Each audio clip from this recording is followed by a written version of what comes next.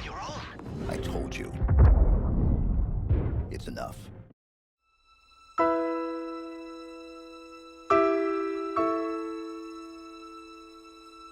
I'm going to start this review by letting y'all know I am not a huge Halo nerd, meaning while I really like the world and games of the other Halo entries, I do not know everything there is to know in this universe. I'm what you call a casual Halo enjoyer. I played through Halo 1, 2, 3, Reach, ODST, and 4. I'm aware of what happens in 5 from a story perspective, but that is where my knowledge kind of ends. Absolutely no book knowledge or anything like that. I do think Master Chief is pretty cool though, so I hope that kind of counts for something. With that precedent set, I can tell you that this game is, well, it's cool, I guess. I will break down this review into 3 sections. One section talking about campaign, one section about the multiplayer, and then my review score of the game in general. There will be no story spoilers in this review, so do not worry if you're debating about getting the campaign. Let's get it.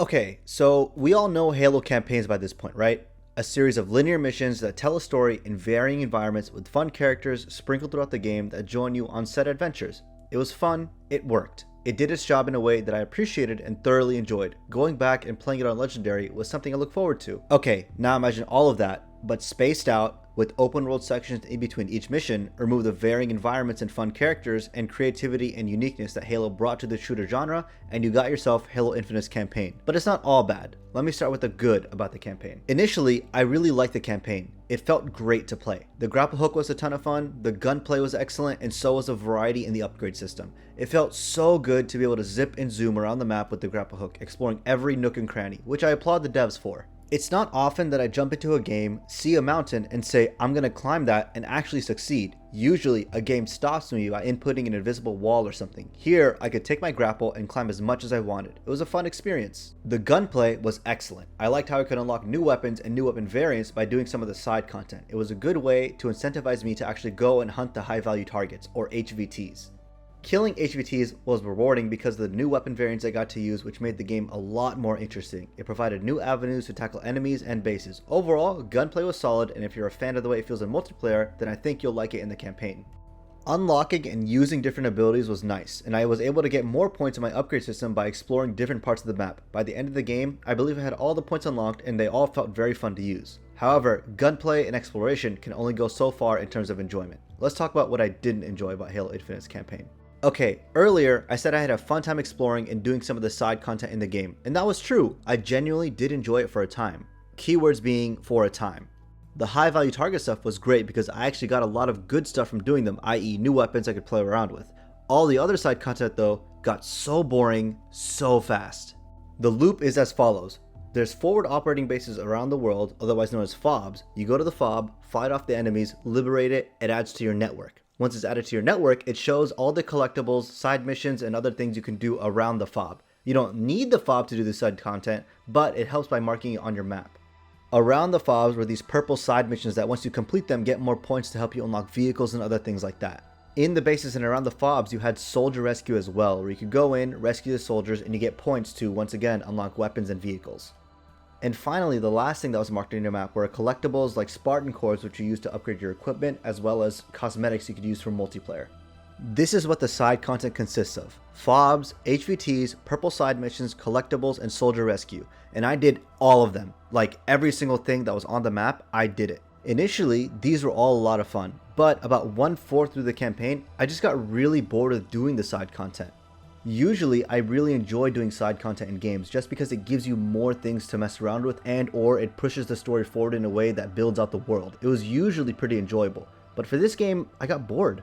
The only side content that I really look forward to doing was the HVTs, and that was because each encounter was unique and resulted in a really cool weapon unlock. Other than that, I did not care for the rest of it after a certain point. It all felt very samey to me. Go to a FOB, get the FOB, complete the side missions around the FOB, and collect the things on the map, rinse and repeat.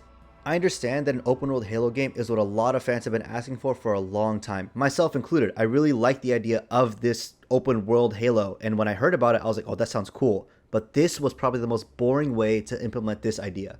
It just all felt so cookie cutter in terms of creativity and variety. It just felt like a Far Cry game that was themed with Halo as an afterthought.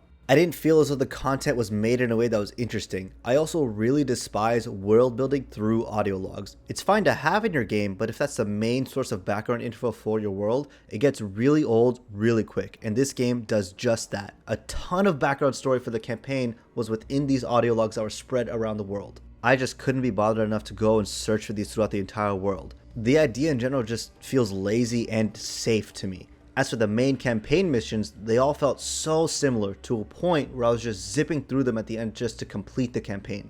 Nearly all of the main levels felt very identical in terms of look and feel. I got very bored just looking at the same Forerunner tech over and over again.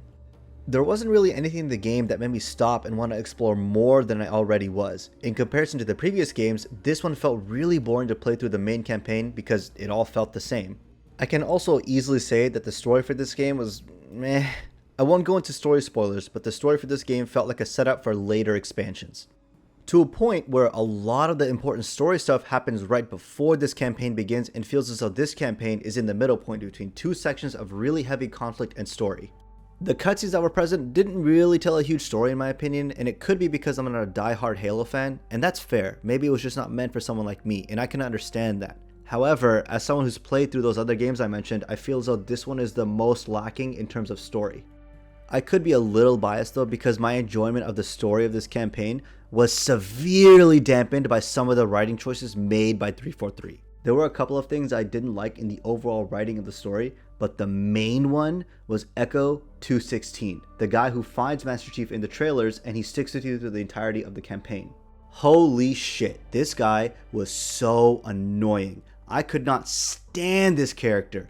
I understand needing someone who is not Master Chief representing a normal human. It's a good foil to have, especially compared to Master Chief.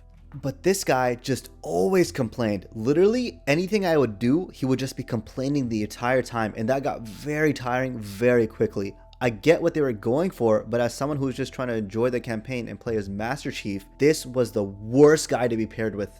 I just wanted to fucking... Even after I heard his reasoning as to why he was the way he was, I just didn't care. He was so bad that any sympathy the writers tried to make me feel for him was just replaced with even more anger. Easily one of the worst characters in this campaign. Not that the rest in here have a lot to offer either. The main bad guy of the game, Escharum, is a brute leader who takes over after his boss Atriox dies. Your primary interaction with him is just him yelling at you in a hologram. That's kinda it. In comparison to 3, 4, 5, ODST, and Reach, the plot of this game is told in mostly holograms just yelling at you. And because of that, a lot of the missions just feel like fetch quests or just kind of go here, do this, go here, do that. Not like things you're achieving. It's just like, oh, hey, we need to understand this aspect of the ring. Go here. Uh-oh, we gotta go to these 3 areas to understand more of the ring. Uh-oh, we're missing something. It's just like, okay, you're throwing me into loops. Loops that I personally didn't enjoy. There was an area of the game where we had to go and get more information about the ring. Fair enough. I don't know what's going on. Let's go find out. Only to be told, oh, actually, the information is split up into 3 different sections, so you gotta go and explore. Okay, fair enough. Only to find out, all 3 of those places are the exact same, just copy-pasted. And that's not necessarily a bad thing, but after doing the campaign for about 10 hours and being told, oh, you gotta go through 3 more of the same exact section, I was just like, I don't want to do this anymore. And after I complete those 3 sections, I was told by my AI, I actually don't know what's going on. And it's like, okay, then what's the point of making me do this dumb fetch quest? Overall, the writing of the campaign just felt meh. Nothing too crazy here or memorable in my opinion, just very cookie cutter basic stuff. I'm not looking for a New York Times bestseller, but give me something to enjoy here.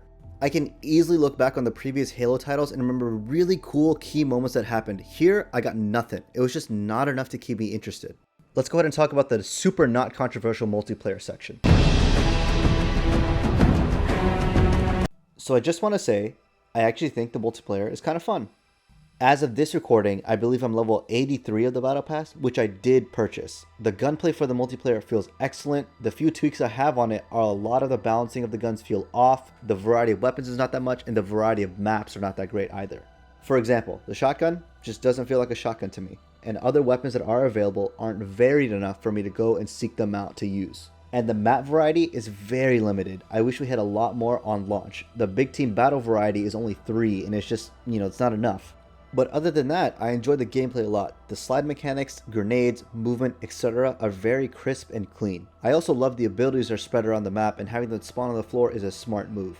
I would love to spawn the grapple, for example, but I understand why they didn't do that, and I like how they have it set up. As far as playlists and such, I'm glad 343 is finally fixing them up. The state the game initially launched in was abysmal, but now it's in a much better place in terms of playlists specifically. I also like the battle pass mechanic in terms of no FOMO, gives you a chance to really earn everything that's in there. And now for the elephant in the room. The monetization is a piece of garbage. I think I stand in the non-controversial camp when I say the monetization is awful. They took out one of the key aspects of multiplayer, which is customizing your Spartan, and locked it behind a paywall. Even if the wall is not that tall in some cases, a wall is still a wall for something that was offered in the base package in previous iterations. I also really dislike the core system of the customization. It all feels very gated and it feels as though it's made to make you spend money. I understand and acknowledge that this area of the game is free to play, but the argument of it being free to play does not justify the predatory monetization that was designed. I won't harp too much on the monetization aspect of the multiplayer because every point I could say has already been made countless times. What I will say is that I personally am enjoying the multiplayer and do plan to play a little bit more. However, I still would have rather paid $60 for the campaign and multiplayer than have this terrible monetized multiplayer system regardless of it being free to play. So there you have it, my in-depth thoughts on the campaign and multiplayer. Overall, I think this game was just not ready to come out. As unfortunate as it is to say, every aspect of this game feels lazy. From the bare bones multiplayer content to the writing and implementation of the campaign, it all felt as though it was not thought out with Halo as the main focus. That is not to say the devs did not work hard on this project. Of course they did, and I applaud each and every one of them for doing their best to resolve the issues that popped up during the holiday season. They deserve a break as much as the rest of us. The issues that I have with the game do not come from a place that the devs had a lot of control, and that is the monetization aspect of it. This affects both the multiplayer and the campaign. Allow me to explain. This game feels as though it was made to sell. The campaign was made in a way that felt very quote-unquote safe, in that it does what a basic open world shooter campaign does, and that is it. It does not take any real risks, and it does not do anything that is crazy out of the box because it just needs to sell. You can look at the numbers the Far Cry series makes in sales and easily see what they do sells, no matter the quality of the end product. And that is not always a bad thing. If a game sells well, there is usually something to it. People enjoy it for what it is and they get the fix that they need. Most of the time. However, it felt as though Halo Infinite took a look at what Far Cry does and was like, oh, we can do that easily, and so they did.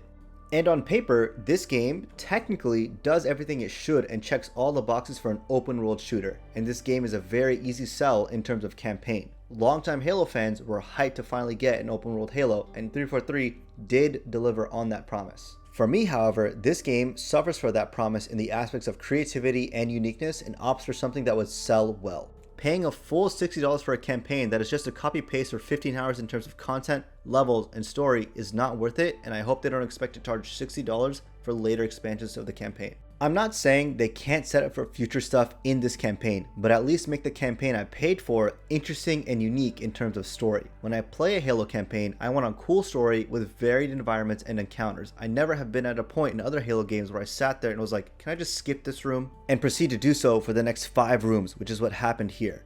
Again, not to say I don't want an open world Halo. I love the idea. I just feel as though this implementation was not great. This campaign felt like it was made to copy something that sells well, i.e. Far Cry, and then put minimal effort into making that interesting and or fleshed out. Multiplayer is a much more obvious display of the money-making ideology that feels like the heart of this game. With the main gameplay being free to play, they are easily able to justify trash monetization practices. Once again, things that are out of control of devs' hands, which is unfortunate because I'm sure the people at 343 wanted to make something that was a 10 out of 10 package for everyone. Instead, we got this monetized, half-baked product that in my opinion would have been better if it was a full-price game that had a lot more time in the oven. I've heard the argument that, hey, at least this game isn't Halo 5 when it comes to monetization. And while that may be a plus, it still does not excuse what we have here. The game that came out was A, not ready to come out, and B, should have been thought out a little bit more in terms of creativity. Time and time again, AAA studios have been delivering half-baked product with a promise to deliver more post-launch, as well as prioritizing monetization. I'm a little bummed to see that happen with Halo. This game was made to make money, and it does show. Personally, I regret spending $60 for the campaign, and if you have the option, I definitely recommend playing it through Game Pass. I'm giving Halo Infinite a 5 out of 10, an experience that had infinite possibilities, but opted for the road often traveled. What did you think of the campaign? What about the multiplayer? Let me know below. I appreciate you sitting through this review. It took a bit of time to write. Please let me know if you have any critiques. Subscribe if you want to see more of my stuff. Have a good one.